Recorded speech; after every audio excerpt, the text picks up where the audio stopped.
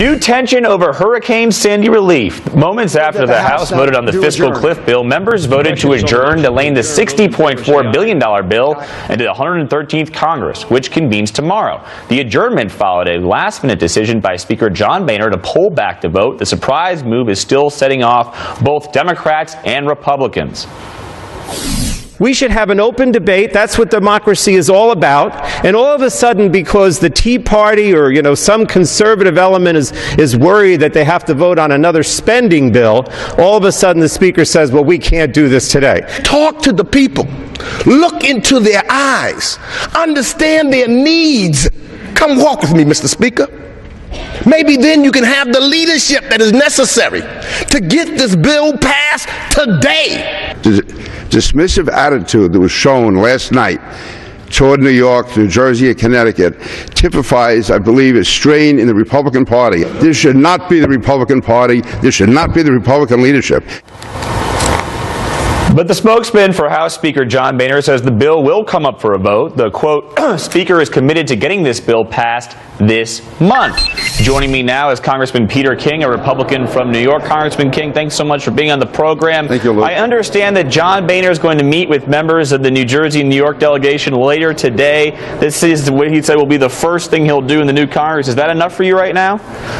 If we get it through. Now, the fact is, we've been told this before. The fact is that we have no vote scheduled for next week. We're going to meet for 2 days the week after that. The following week is the presidential inauguration. And is John Boehner going to bring this up if a majority of the majority does not agree to it? Let's face it. The overwhelming majority of the Republican Party is opposed to giving New York, New Jersey, and Connecticut the aid they need. They say we need $27 billion. This bill was for $60 billion. That's the money that Governor Cuomo, Governor Christie, and Mayor Bloomberg definitely need.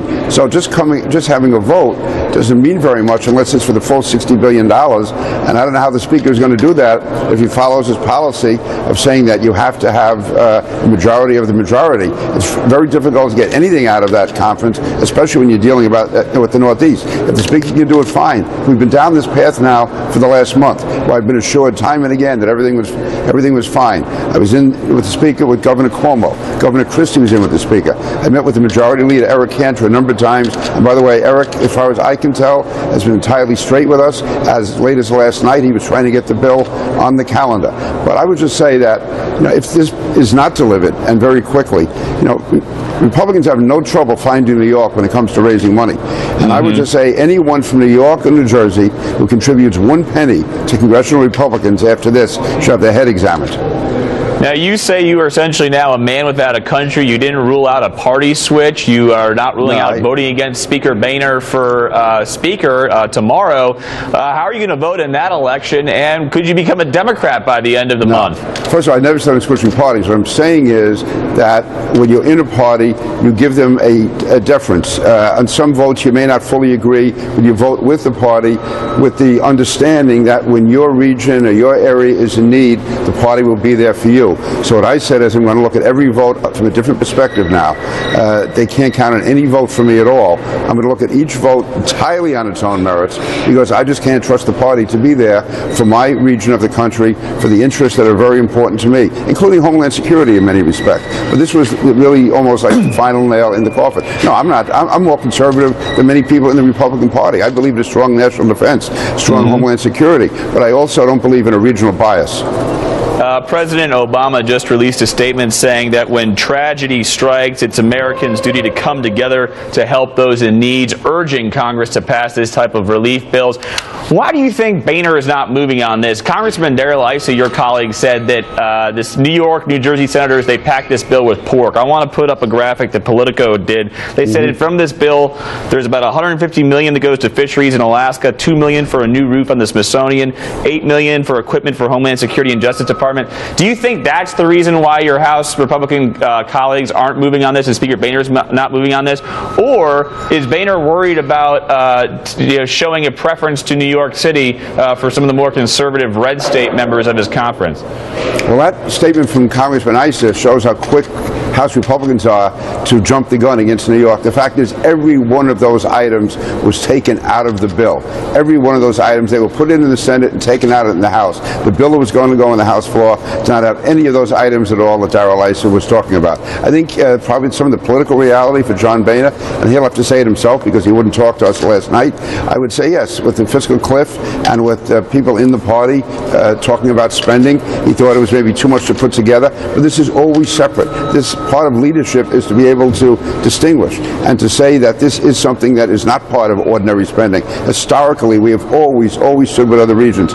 Back in 2005, within 60 days, the Congress gave, within 10 days, we gave $60 billion for Katrina, and that went over $100 billion. It's now 9 weeks, and Congress has not appropriated one penny for the people of New York, New Jersey, and Connecticut. And this isn't an abstraction. My community in Seaford, the southern end of it is destroyed. Homes are underwater. I mean, it's terrible. Massapequa, Lindenhurst. Then you go to Congressman Grimm's district with Staten Island. You go to Congressman Turner with Breezy Point. This is devastation. These are people without homes, without food, without shelter, living in trailers, living in pickup trucks.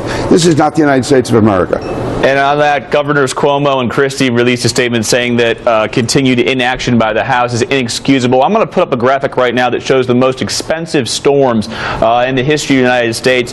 Katrina was $105 billion, Sandy $50 billion, Andrew $45.6 billion. You see the rest there. Sandy, the second most expensive storm in the United States in terms of damage that it caused. Congressman King, you just got into it right there, but for folks watching this around the country, for somebody who's watching this in, let's say, Colorado or Nebraska or Texas, that say, well, you know, it doesn't necessarily affect me. I don't want my tax dollars going to something like this that could be a boondoggle.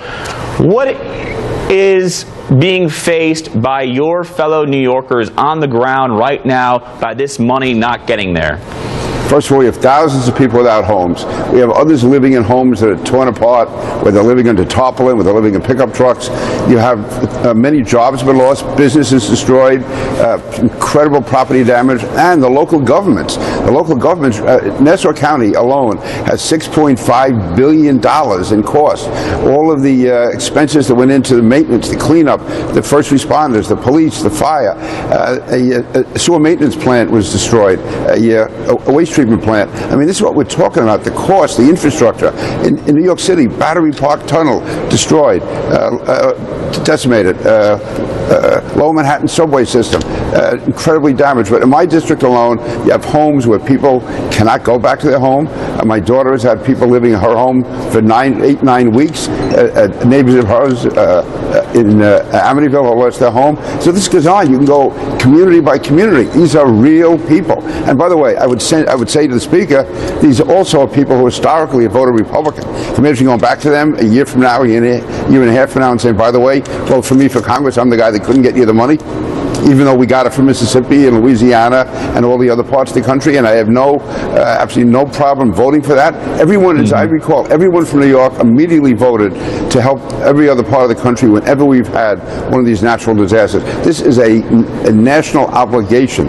This is not something that was brought on by us in New York. And we're not people who feel sorry for ourselves. We're not looking for anything. All we're saying is treat us fairly. Treat us the way you treated the people in Louisiana and Mississippi, the way you treated the people in Florida, the way you treat the people in all the Gulf states whenever we've had one of these natural disasters. Congressman Peter King from New York, we appreciate you coming on the show. Maybe play the song by Bruce Springsteen, We Take Care of Our Own, at that meeting you have with the Speaker later this afternoon. We appreciate it. I like that, Luke. Thank you. Take care.